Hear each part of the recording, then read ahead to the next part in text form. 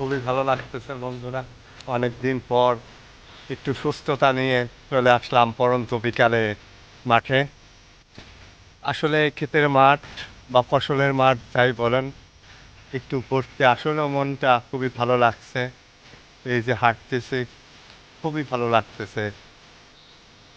এই যে সরিষা ফুল এর কাছে একটু এসলাম, এসে একটু ছবি তুললাম, খুবই ভালো লাগতেছে। মনটাও কিরকম একটা অন্যরকম ছন্দ বোধ করছি। আসলে প্রকৃতিকে মাঝে থাকার অন্যরকম একটা শান্তি, যা আসলে চার দেওয়ালে আমি খুঁজে পাবো না, বা খুঁজে পাওয়া যাবে না, কখনোই সম্ভব না।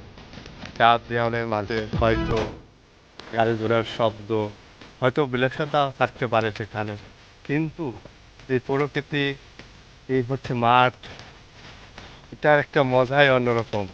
আগে যখন ছোট ছিলাম তখন দল বেঁধে আসতাম, যে এই শস্য ক্ষেত অনেক নষ্টও করেছি।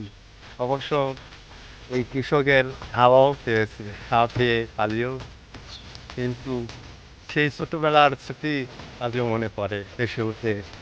সেই হয়তো টাকা বা পয়সা দিয়ে আর ফেরানো সম্ভব না সেই ছোট কালের স্মৃতিময় জীবন। এত সুন্দর একটি জীবন মুহূর্ত কেটেছে, তা বলা কখনই সম্ভব না।